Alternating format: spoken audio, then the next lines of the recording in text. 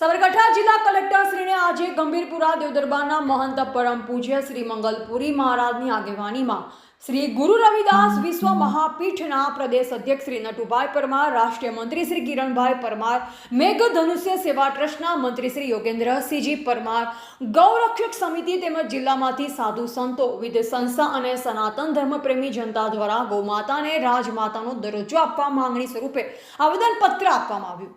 રાજ્ય સરકારમાં ગુજરાતના વિવિધ હિન્દુ સંગઠનો દ્વારા અનેકોવાર ગૌમાતાને રાજમાતાનો દરજ્જો આપવા માટે માંગ કરવામાં આવી છે.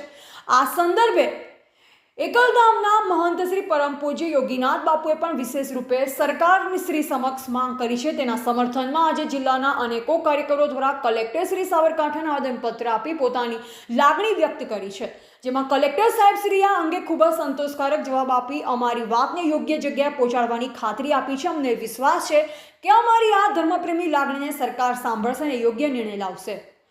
રિપોર્ટર જયેશ ઠાકોર સાથે શૈલેષ પટેલ, જિલ્લા બ્યુરો ચીફ, સાબરકાંઠા.